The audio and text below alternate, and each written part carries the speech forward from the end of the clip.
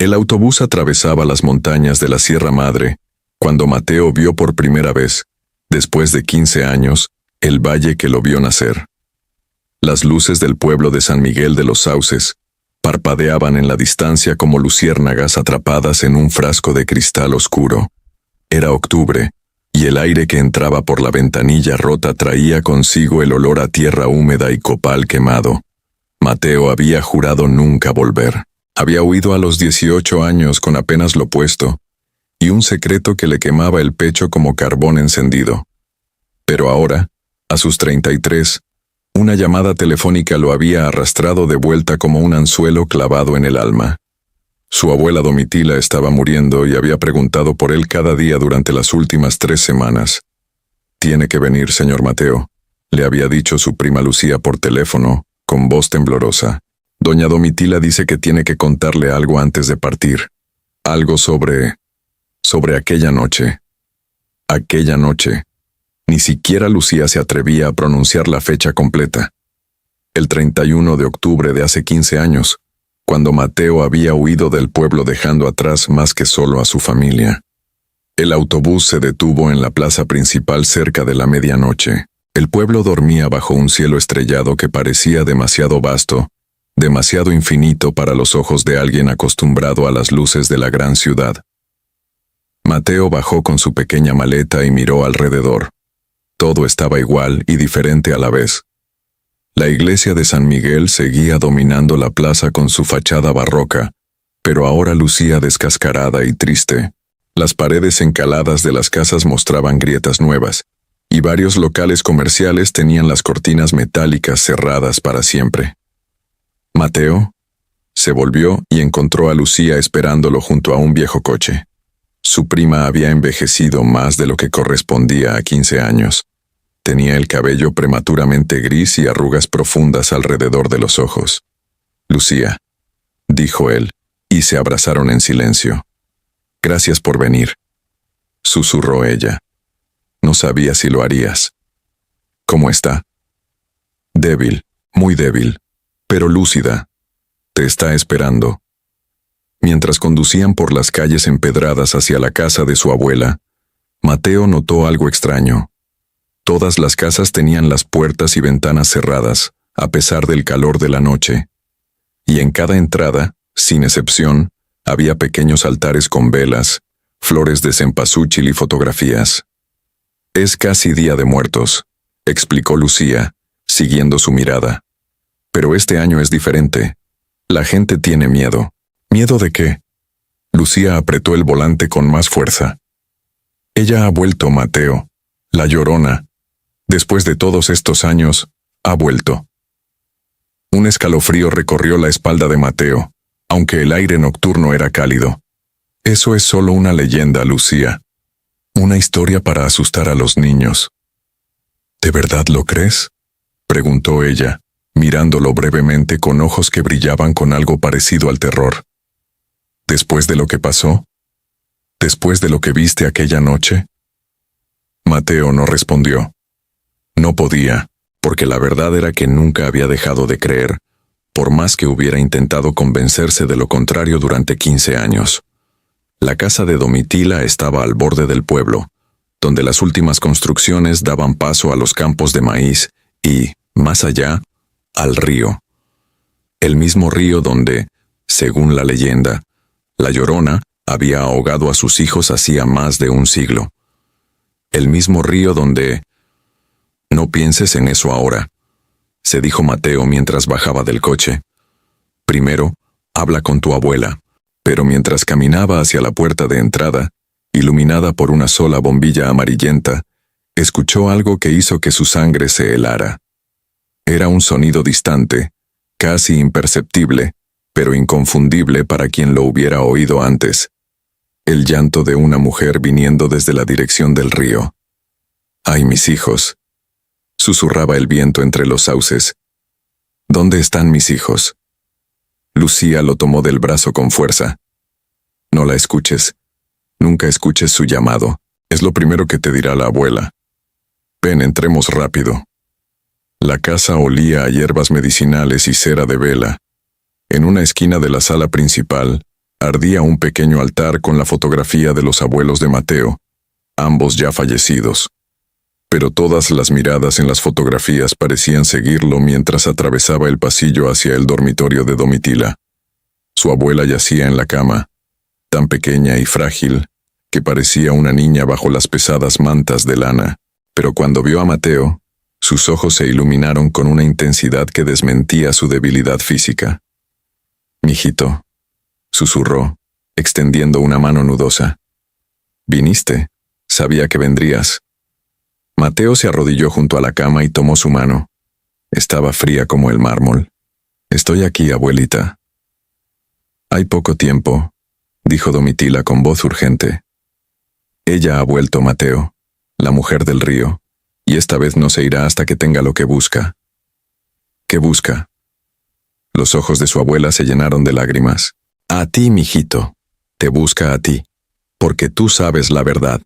Porque aquella noche tú viste lo que realmente sucedió».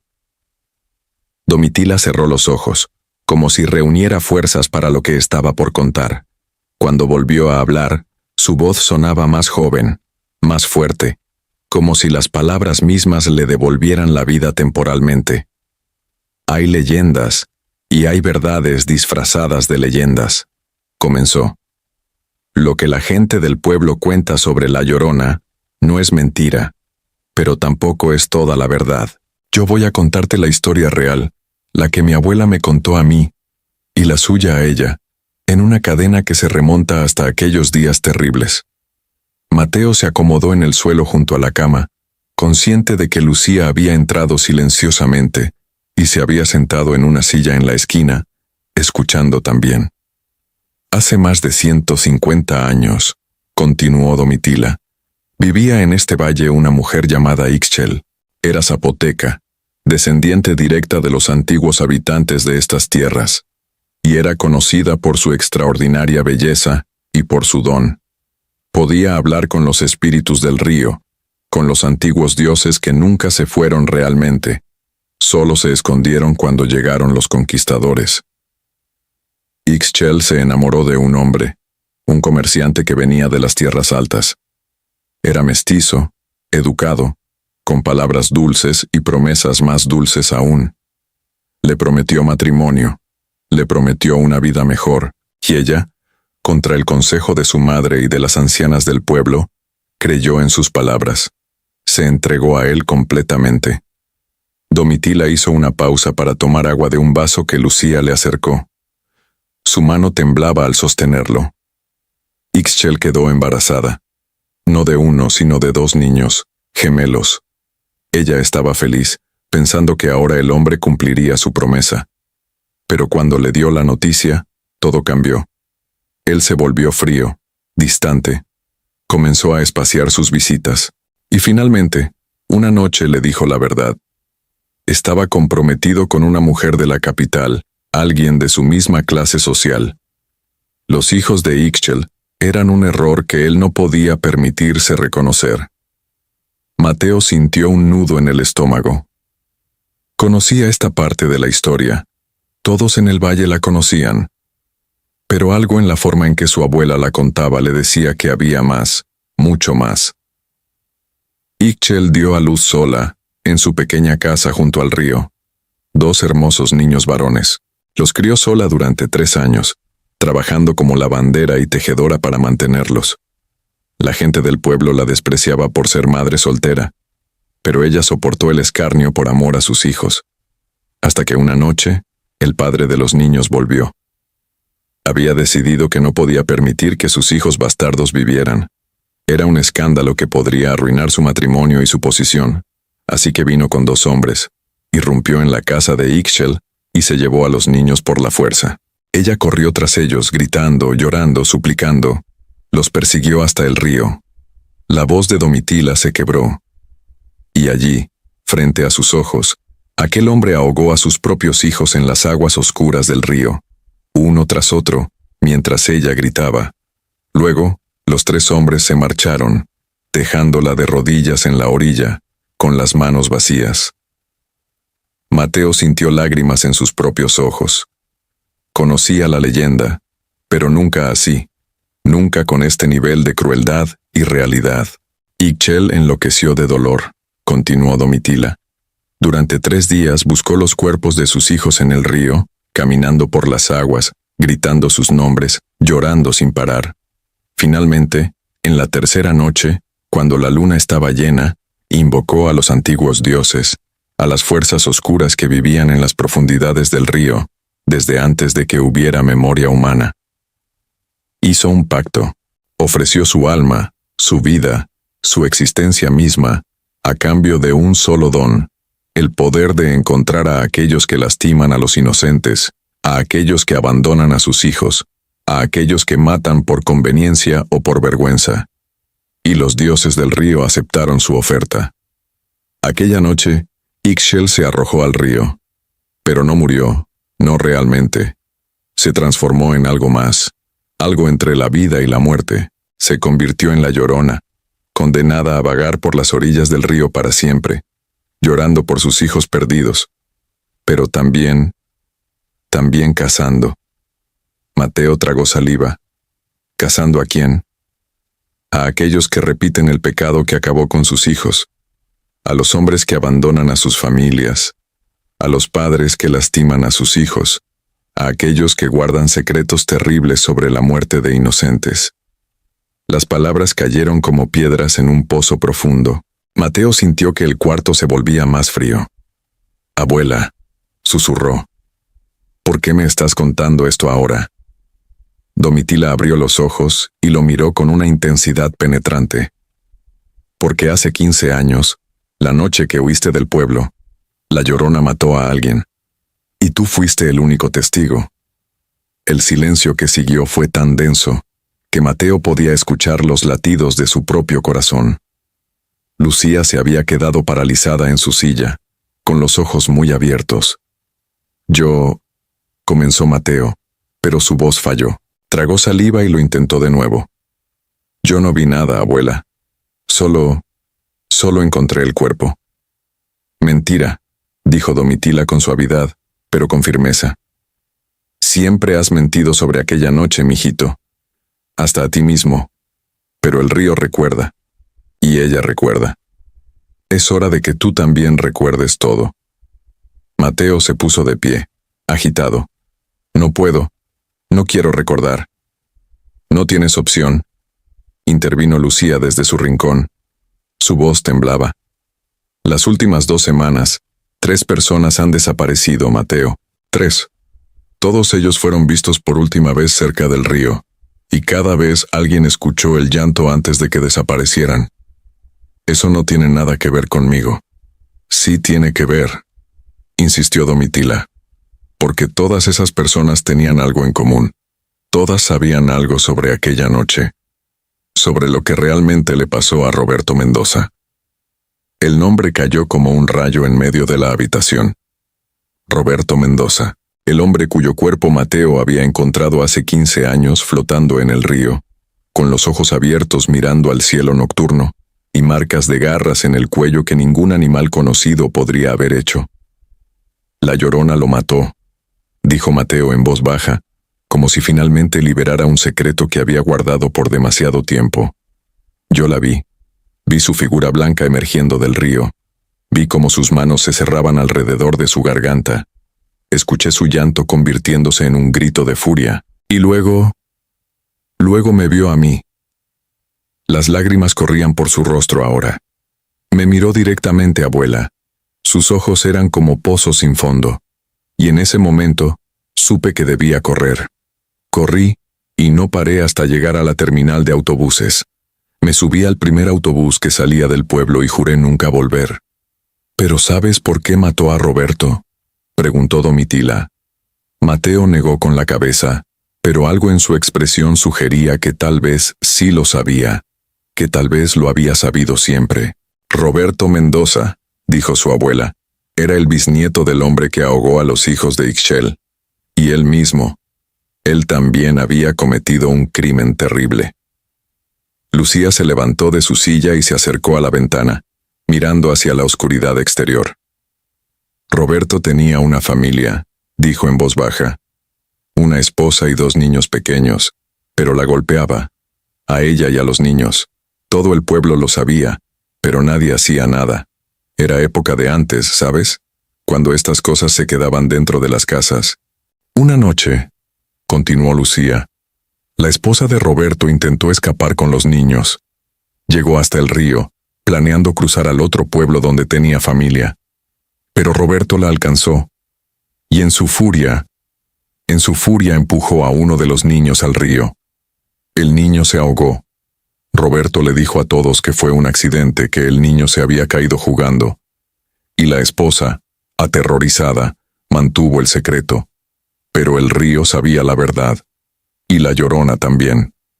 Mateo sintió que sus piernas flaqueaban. Se dejó caer de nuevo en el suelo junto a la cama de su abuela. Entonces, ¿ella mata para hacer justicia? De una manera retorcida, sí, respondió Domitila. Pero la justicia de los espíritus no es como la justicia de los humanos. Es más antigua, más implacable, y nunca olvida. «Pero entonces, ¿por qué ha vuelto ahora?», preguntó Mateo. «¿Por qué después de 15 años?» Su abuela lo miró con tristeza. Porque el secreto que Roberto guardaba no murió con él. Otros lo conocían. Y uno de esos otros, uno de ellos ha vuelto al pueblo después de muchos años. El corazón de Mateo casi se detiene. ¿Quién? El hermano de Roberto, Esteban Mendoza. Llegó hace un mes para el funeral de su madre. Y decidió quedarse. Ha estado preguntando por ti, Mateo. Preguntando por el joven que encontró el cuerpo de su hermano aquella noche. Pero yo no sé nada más de lo que le dije a la policía en ese entonces. Él no lo sabe, dijo Lucía. Él piensa que tú viste algo más, algo que podría incriminar a su familia, y está dispuesto a hacer lo que sea necesario para asegurarse de que ese secreto permanezca enterrado. Un golpe en la puerta principal de la casa hizo que los tres se sobresaltaran. Era un golpe fuerte, insistente, nada amigable.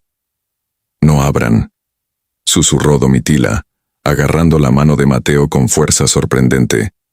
«Sea quien sea, no abran».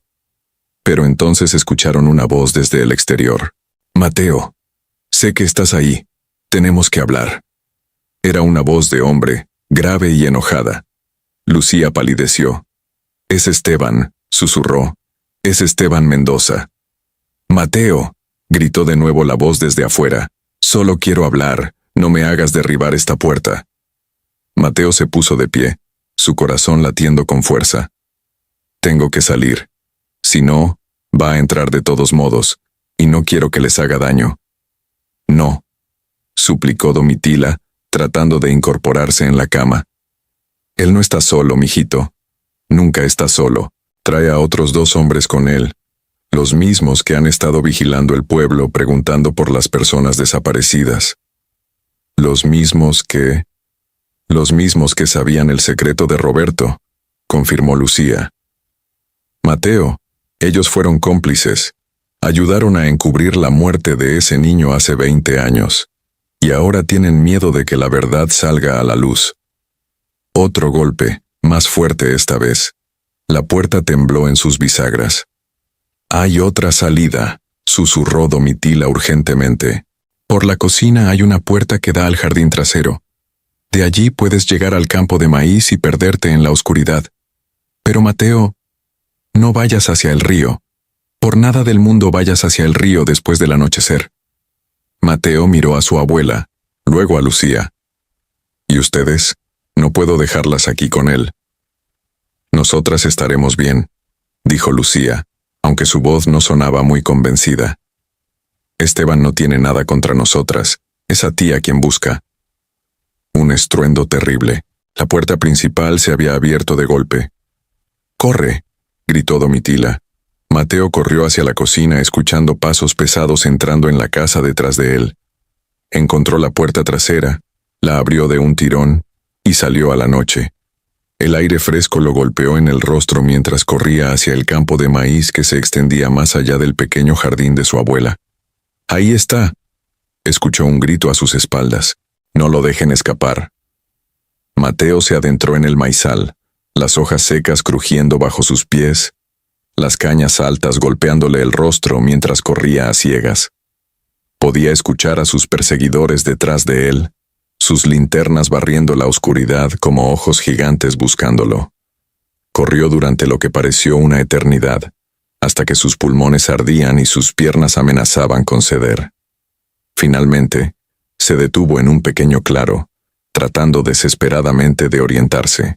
La luna llena había salido, bañando el paisaje en una luz plateada e inquietante, y entonces lo escuchó, el sonido que había esperado y temido a la vez.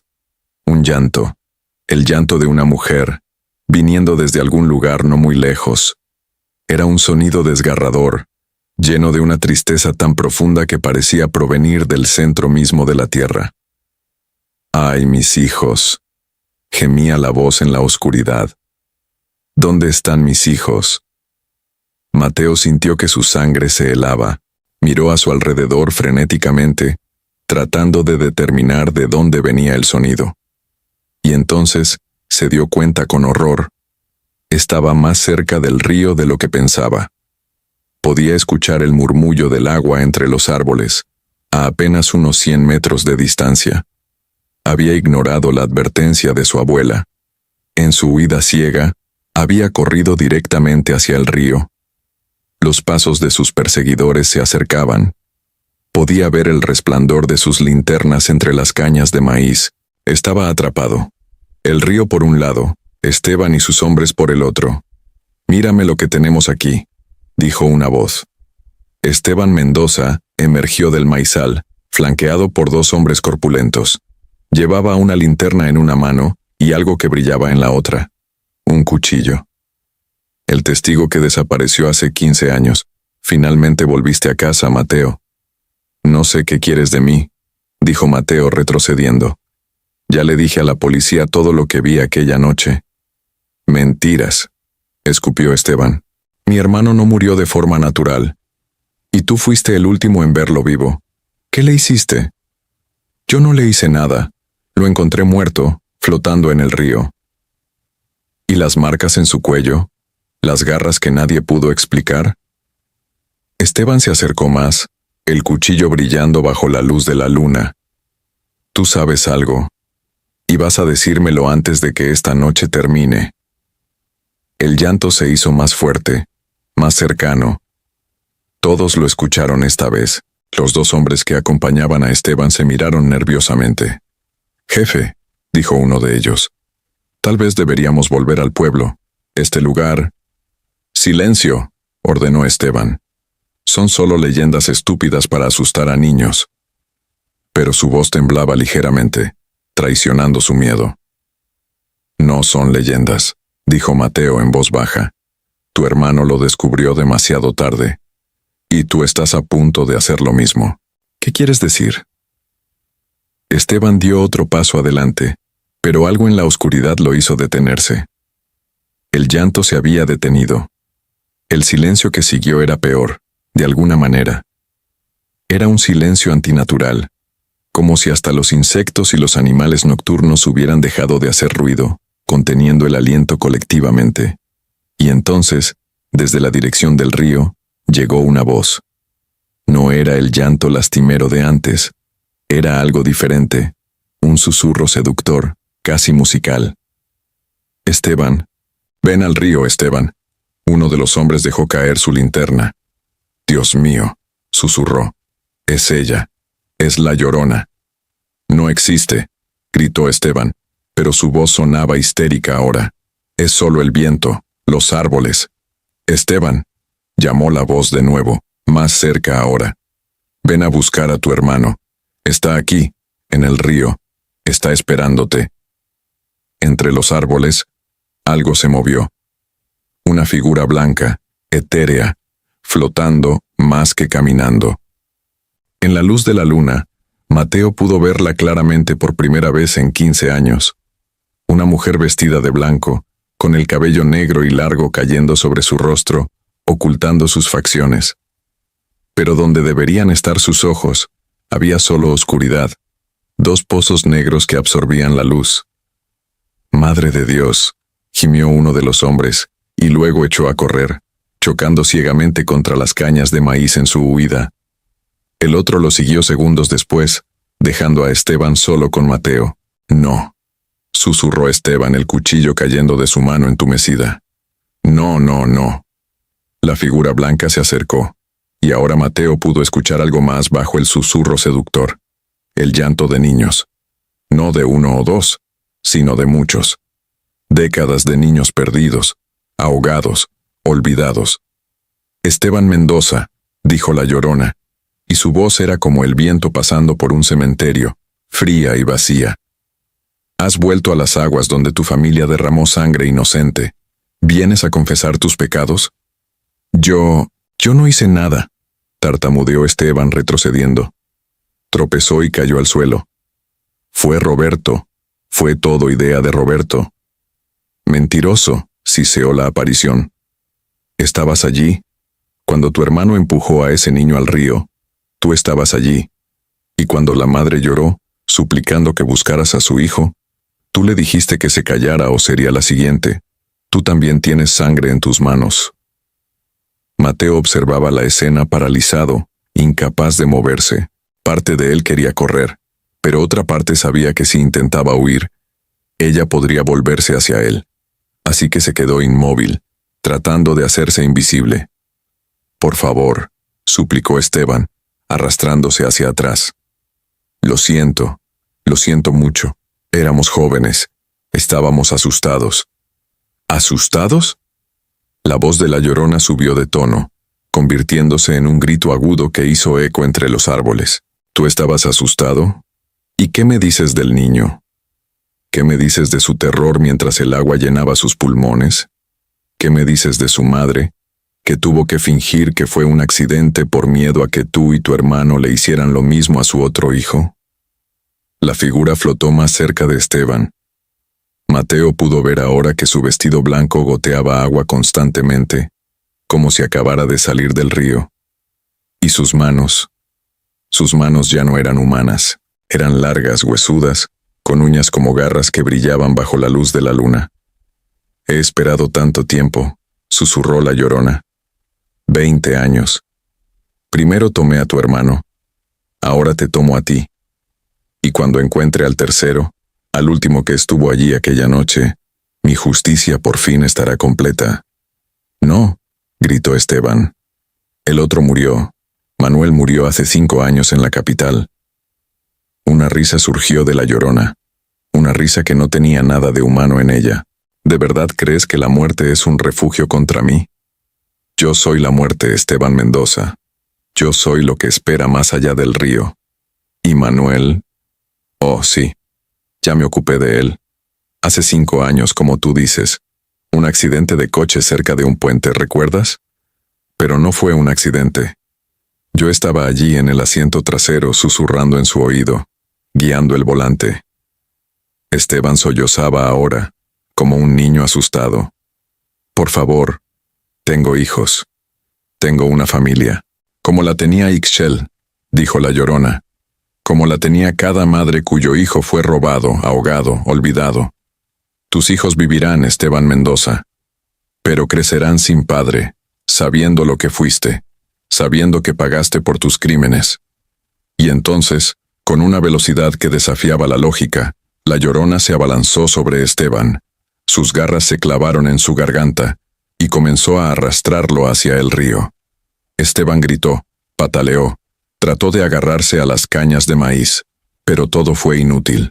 La fuerza de la aparición era sobrenatural. Mateo, actuando por puro instinto, gritó, «¡Espera!». La Llorona se detuvo. Giró su cabeza hacia Mateo con un movimiento antinatural, como si su cuello pudiera rotar más de lo humanamente posible. Bajo el cabello que cubría su rostro, Mateo pudo ver ahora sus ojos. No eran pozos vacíos como había pensado, sino que brillaban con una luz verde enfermiza, como algas fosforescentes en agua podrida. «Tú», dijo ella, y su voz se suavizó ligeramente, volviéndose casi curiosa. «El niño que vio, el niño que corrió, ¿has vuelto?» «Sí», logró decir Mateo, su voz apenas un susurro. «He vuelto». «¿Por qué te importa este hombre?», preguntó la Llorona, todavía sosteniendo a Esteban por el cuello. El hombre había dejado de luchar, colgando de sus garras como una muñeca de trapo. Él te perseguía. Quería hacerte daño. Lo sé, dijo Mateo. Pero matarlo no traerá de vuelta a ese niño. No borrará el dolor de su madre. No, concordó la Llorona. Pero es justicia. Es equilibrio. Es lo único que puedo ofrecer después de todo este tiempo. ¿Es lo que Ixchel hubiera querido?, preguntó Mateo, arriesgándose a dar un paso adelante. ¿La mujer que eras antes? ¿Es esto lo que ella hubiera elegido? ¿Más muerte? ¿Más dolor? Por un momento, la figura pareció vacilar. Su agarre sobre Esteban se aflojó ligeramente. Yo no recuerdo quién era Ixchel, susurró la Llorona. El río se la llevó hace tanto tiempo. Solo queda el dolor. Solo queda la búsqueda. La búsqueda de tus hijos, dijo Mateo suavemente. Pero ellos se fueron hace más de un siglo, y en su lugar, has estado arrastrando a otros al río. ¿Cómo es eso diferente de lo que el padre de tus hijos hizo? La Llorona soltó un grito que hizo que los árboles temblaran. No es lo mismo. Ellos eran inocentes. Estos hombres son culpables. Sí, dijo Mateo, son culpables, pero la justicia no tiene que significar muerte. Déjame llevarlo de vuelta al pueblo. Déjame hacer que confiese lo que hizo. Que la madre de ese niño finalmente sepa la verdad. Que haya justicia real, no solo venganza. La Llorona lo miró durante un largo momento. Mateo podía sentir su mirada penetrando en su alma, buscando, juzgando. ¿Y si me niego?, preguntó finalmente. ¿Vas a tratar de detenerme? No podría aunque quisiera, admitió Mateo.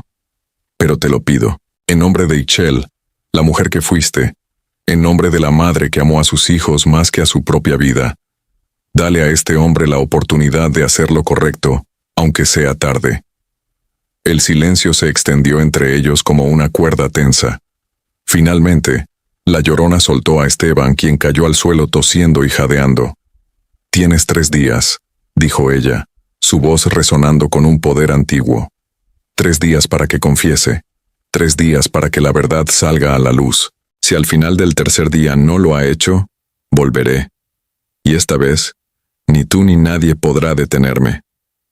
Y con eso, la figura comenzó a desvanecerse, como niebla dispersándose al amanecer. Su último susurro flotó en el aire.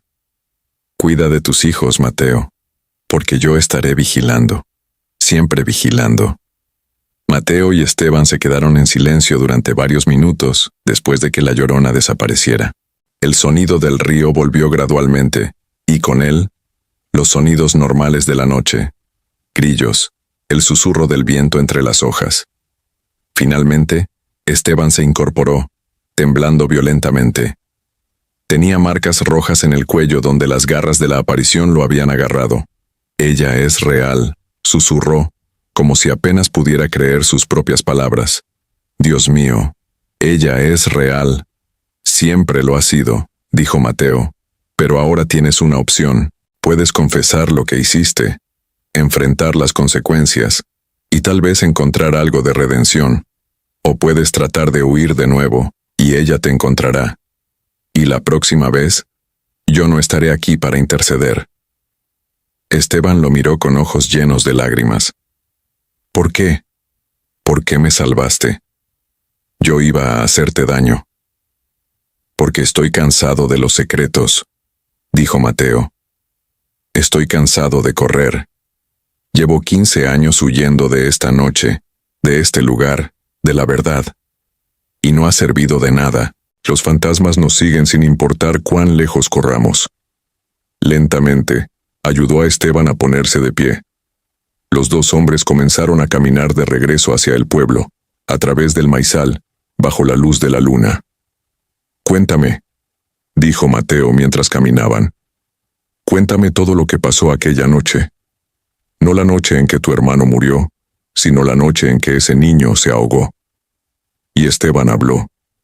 Las palabras salieron de él como veneno que había estado conteniendo durante demasiado tiempo. Habló de cómo él, Roberto y su amigo Manuel habían estado bebiendo, de cómo habían visto a la esposa de Roberto tratando de escapar con los niños, de cómo Roberto, en su rabia ebria, había ido tras ella. Yo traté de detenerlo, sollozó Esteban. Al principio, pero Roberto estaba fuera de sí, y cuando empujó al niño, cuando vimos que el niño no salía a la superficie, entramos en pánico. Manuel dijo que nadie nos creería si decíamos que fue un accidente, que todos sabían que Roberto golpeaba a su familia. Así que decidimos amenazar a la mujer, hacerla guardar el secreto. ¿Y ella aceptó?, preguntó Mateo, aunque ya conocía la respuesta. ¿Qué opción tenía? Esteban se limpió las lágrimas con el dorso de la mano. Le dijimos que si hablaba, Roberto mataría a su otro hijo también. Y ella era tan joven, estaba tan asustada, así que guardó nuestro secreto. Durante todos estos años lo guardó. ¿Dónde está ahora?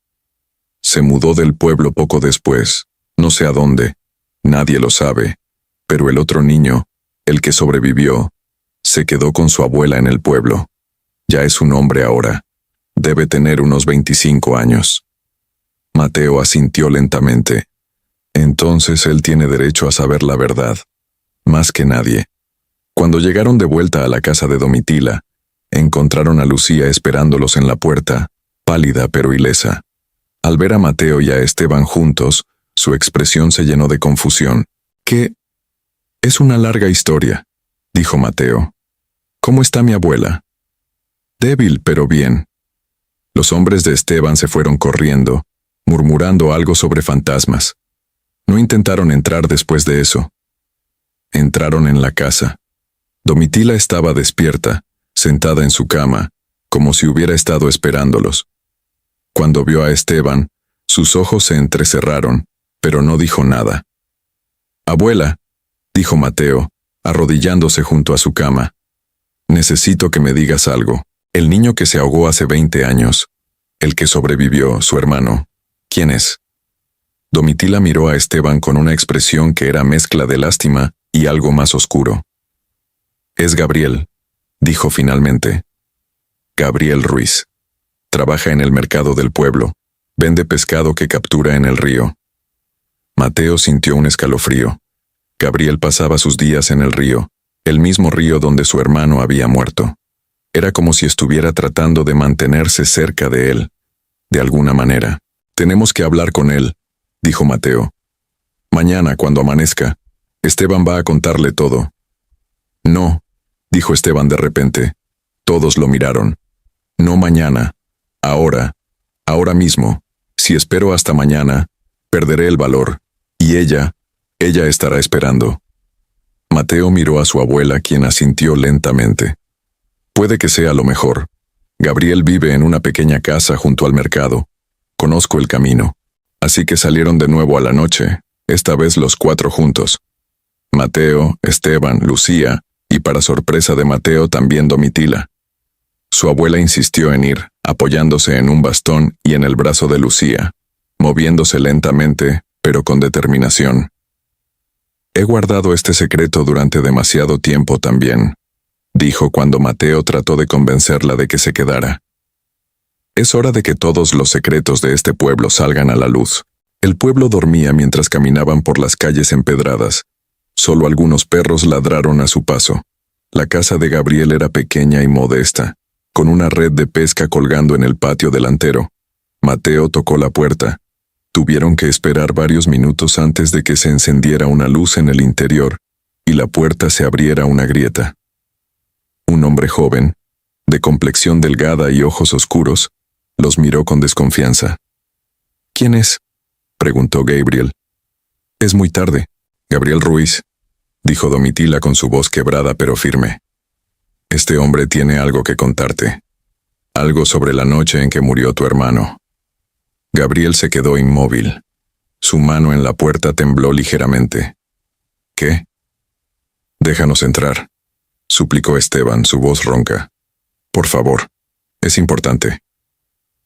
Algo en su tono o tal vez en su expresión desesperada convenció a Gabriel. Abrió la puerta completamente y los dejó entrar.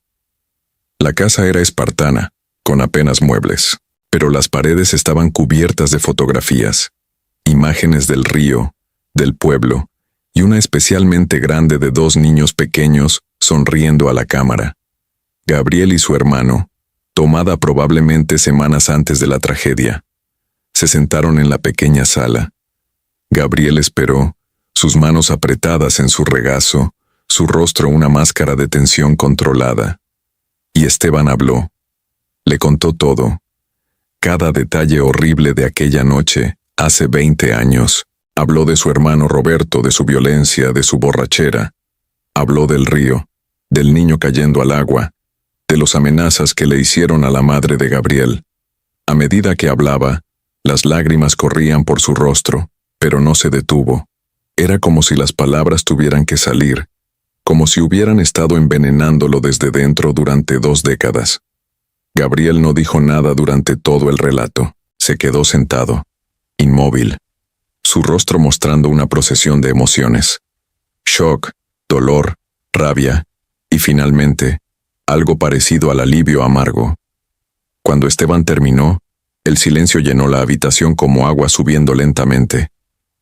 Siempre supe que no fue un accidente, dijo Gabriel finalmente, su voz apenas un susurro. Mi madre, ella nunca pudo mirarlo a los ojos después de esa noche.